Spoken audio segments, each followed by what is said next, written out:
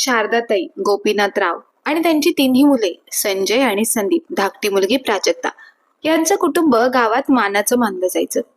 मोठं घर, समोर अंगण आणि घरात नेहमी शिस्त व परंपरा यांना खूप महत्व होतं.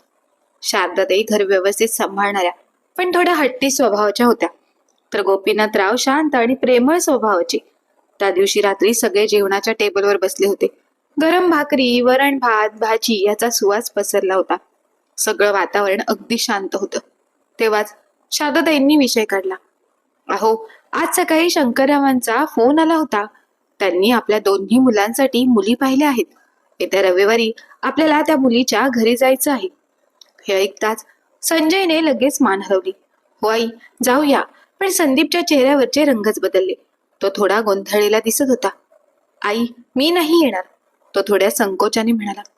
हे ऐकताच शारदाताई कडक आवाजात म्हणाल्या. संदीप, काय म्हणालास? नाही येणार म्हणजे?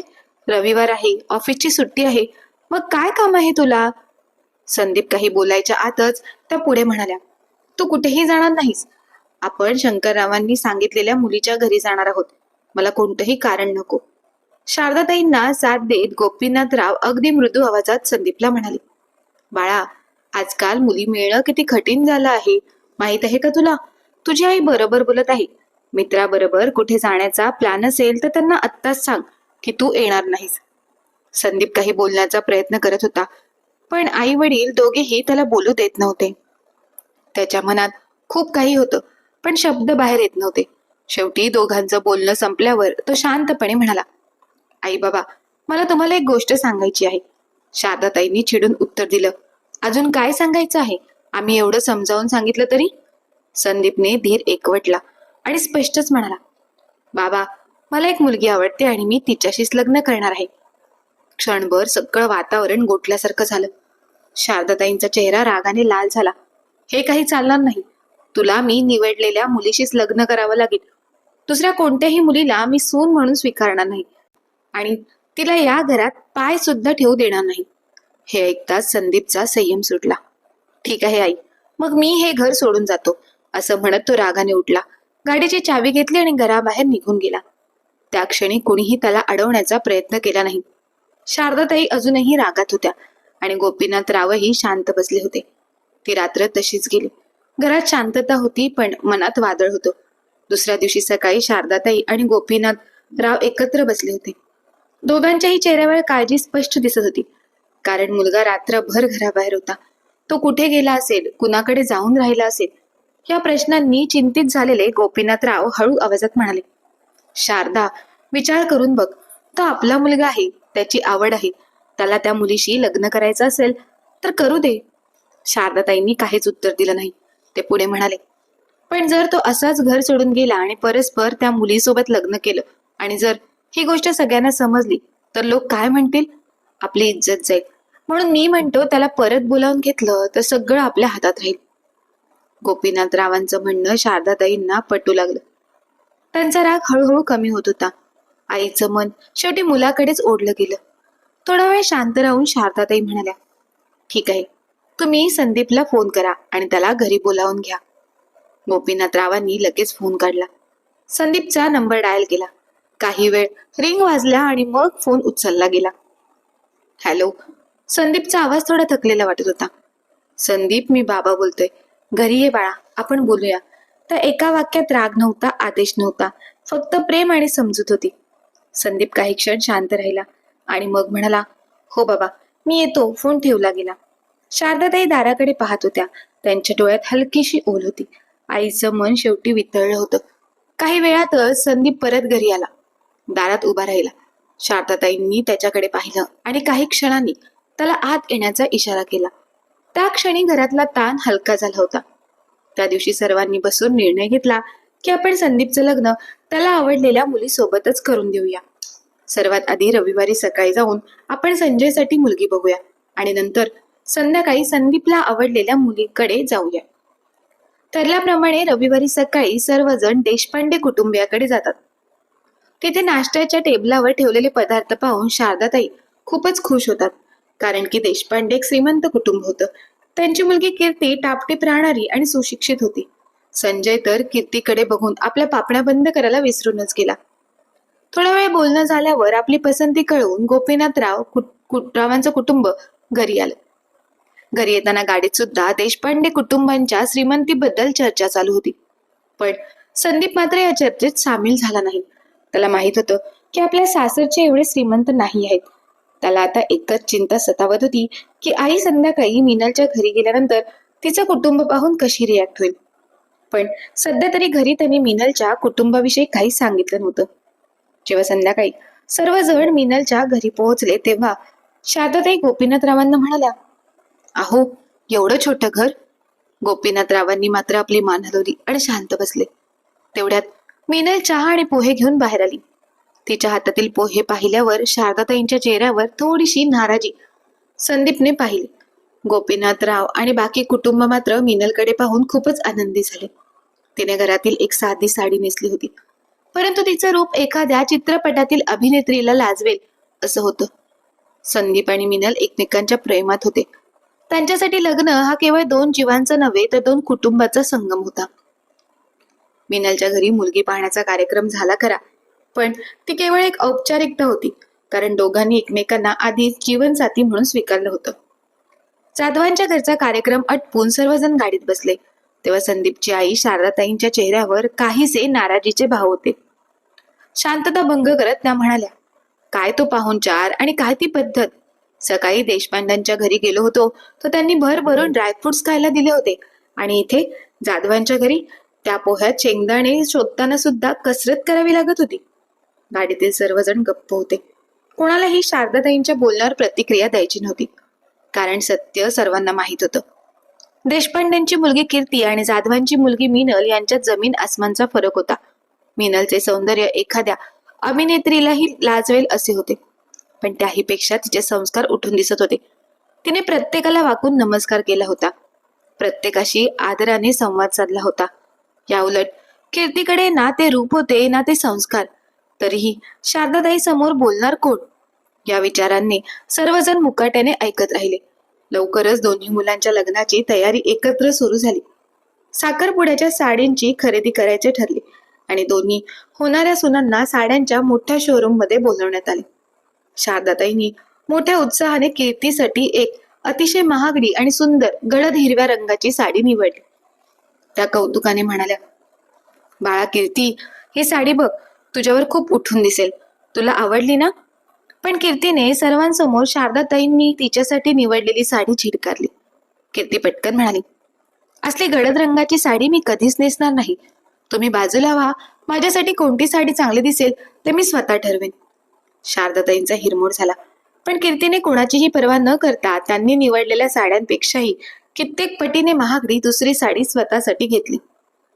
तेवढ्यात शारदाताईंनी मिनलसाठी अगदी साधी आणि कमी किमतीची गडद हिरव्या रंगाची साडी काढली आणि म्हणाल्या, मिनल, हे तुझ्यासाठी. यावर ब्लाऊज शिवून घे. मिनलला कीर्तीचा उद्धटपणा दिसत होता आणि आईचा पक्षपातीपणाही जाणवत होता, पण तिने चेहऱ्यावरचे स्मित हास्य ढळू दिले नाही. ती नम्रपणे म्हणाली, ठीक आहे आई, तुम्ही सांगाल तसं. तिने मोठ्या आनंदाने ती साधी साडी स्वीकारली. साखरपुड्यानंतर लग्नाच्या रिसेप्शनसाठी शालू घेण्याचा विषय निघाला. शारदाताईंना वाटत होतं की दोन्ही सुनांनी पारंपरिक शालू नेसावा, पण पुन्हा एकदा कीर्तीचा आवाज चढला, शालू? ती जुनी फॅशन झाली आहे. मी रिसेप्शनला शालू नेसणार नाही. मी मॉडर्न घागराच घालणार. कीर्तीने ठामपणे सांगितलं. तिचा तो रोखठोक आणि काहीसा उद्धट स्वभाव पाहून घरातील वडीलधारांना वाईट वाटत होतं. दुसरीकडे मिनल मात्र शांत होती. सासरचे लोक जे काही घेत होते, जे काही सुचवत होते, त्याला ती आनंदाने हो म्हणत होती. तिच्यासाठी महागड्या कपड्यांपेक्षा सासरच्या माणसाचं मन जपणं जास्त महत्वाचं होतं. खरेदी झाल्यानंतर घरी आल्यावर गोपीनाथराव शारदाताईंना म्हणाली, तू खरेदी करत असताना दोन्ही सुनांमध्ये भेदभाव करत होतीस, हे योग्य नाही. शेवटी काहीही झाले तरी त्या दोन्ही मुली आपल्या घरात येणार आहेत ना, मग तू भेदभाव का करत होतीस? अहो, त्या जाधवांच्या मुलीची महागडे कपडे घालण्याची लायकी तरी आहे का? तिने कधी एवढे महागडे कपडे पाहिले तरी असतील का? मग अशा मुलीसाठी विनाकारण महागडे कपडे कशासाठी घ्यायचे? शारदाताईंचे असे बोलणे ऐकल्याबरोबर गोपीनाथरावांनी पुढे काही न बोललेच योग्य समजले. पुढे ठरलेल्या दिवशी शारदाताईंच्या दोन्ही मुलांची लग्न झाली. त्यावेळी सुद्धा शारदाताईंची भेदभाव करण्याची वृत्ती पुढे दिसून आली, पण त्यांना कोणीच काही बोलले नाही. दोन्ही सुना लग्न झाल्यानंतर शारदाताईंच्या घरी आल्या. आता दोन्ही सुना आपल्या एकाच घरात आल्यानंतर तरी शारदाताईंना शहाणपण यायला हवं होतं की आता माझ्या दोन्ही सुना एकसारख्या आहेत, कारण आता ते त्यांच्या घरच्या राहिलेल्या नसून देसाईंच्या सुना झाल्या आहेत.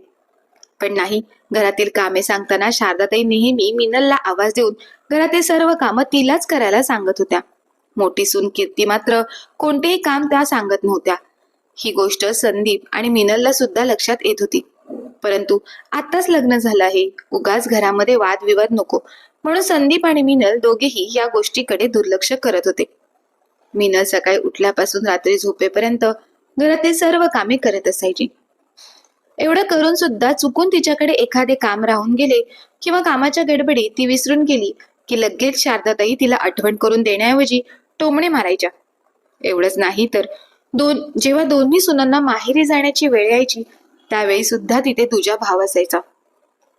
मिनल, तू अमुक एक दिवसच राहून पुन्हा परत ये. पण हेच कीर्तीच्या बाबतीत उलट होतं. तू जाऊन तुझ्या आईबाबांच्या घरी आराम कर, तुला हवे तेवढे दिवस राहा आणि परत ये. सासूबाईंचे हे बोलणं जेव्हा मिनलने ऐकले तेव्हा तिला वाईट वाटले.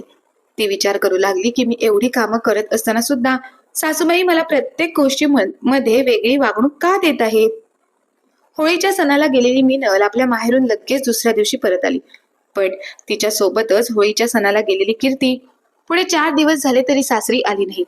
तेव्हा मात्र मिनलने आपल्या सासूबाईंना विचारले, अहो आई, कीर्ती वहिनी अजून आल्या नाहीत?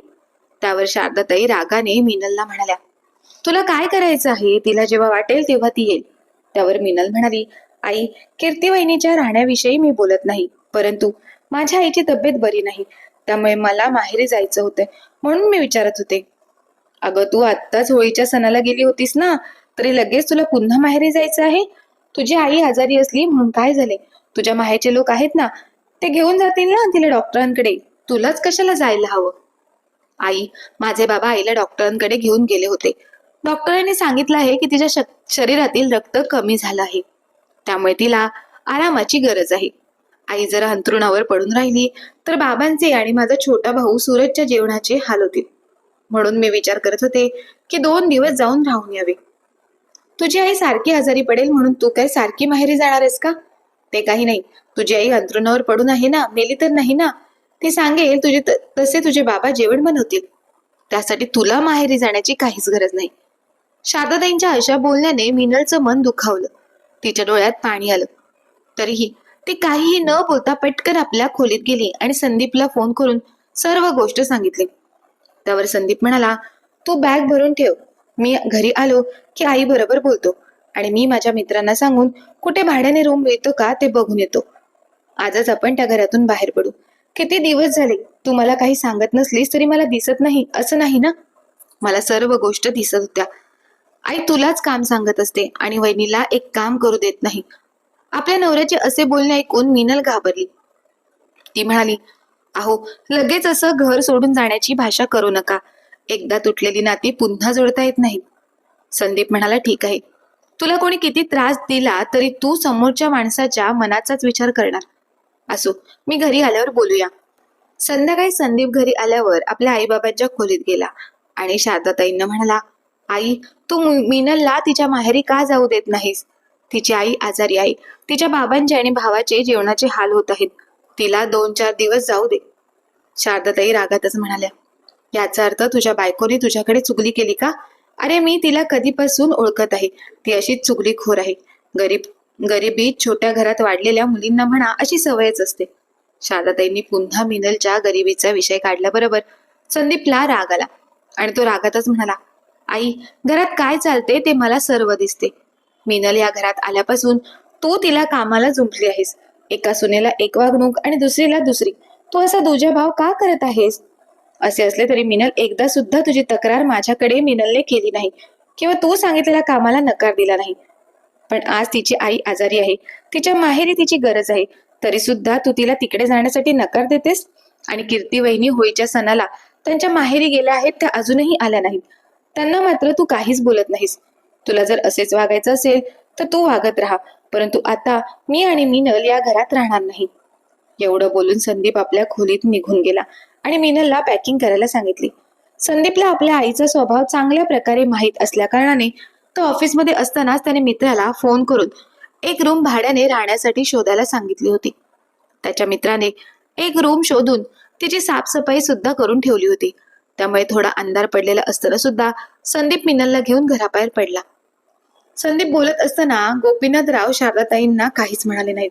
पण संदीप आणि मिनल घरातून बाहेर पडल्यावर नंतर ते शारदाताईंना म्हणाले, तुझी ही सून कामाची होती आणि हीच सून तुझ्या म्हातारपणाची काठी बनून तुला आधार देणार होती.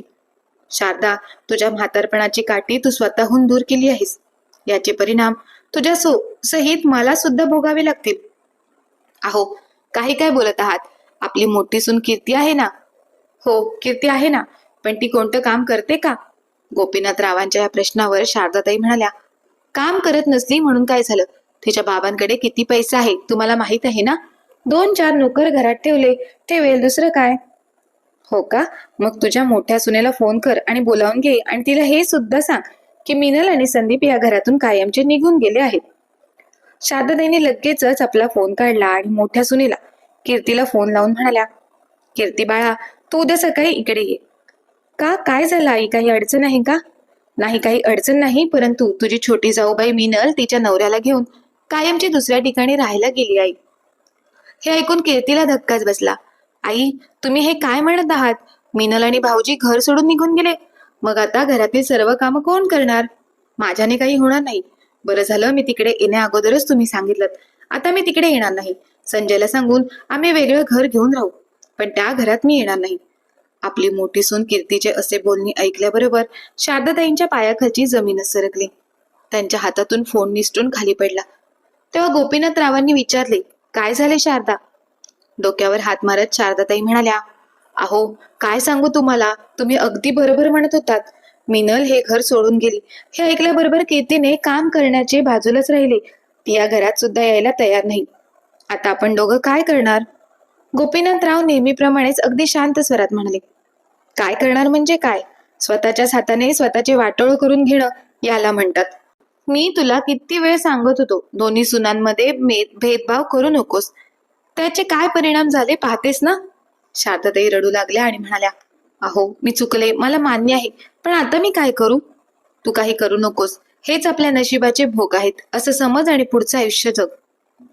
या कथेतून आपल्याला काय शिकवण मिळते तर एखाद्या माणसाकडे सत्ता किंवा अधिकार असेल तर तो समोरच्या माणसासोबत एवढे वाईट वागतो, त्याला एवढा त्रास देतो की तो त्याच्या मनाचा सुद्धा विचार करत नाही. परंतु जेव्हा समोरच्या माणसाचे मन तुटते तेव्हा त्याचे काय परिणाम भोगावे लागतात याची प्रचिती या कथेतून आपल्याला येते. म्हणून समोरच्याला त्रास देताना त्याच्या मनाचा विचार करणे गरजेचे आहे. असे केल्यास कोणी कोणासोबत वाईट वागणार नाही. सर्वजण आपापल्या मर्यादित राहतील. तर मित्र आणि मैत्रिणींनो, तुम्हाला ही कथा कशी वाटली ते आम्हाला कमेंट बॉक्समध्ये कमेंट करून नक्की कळवा. आणि जर तुम्हाला ही कथा आवडली असेल तर कथेला लाईक, शेअर आणि चॅनलला सबस्क्राईब करायला मात्र विसरू नका. धन्यवाद.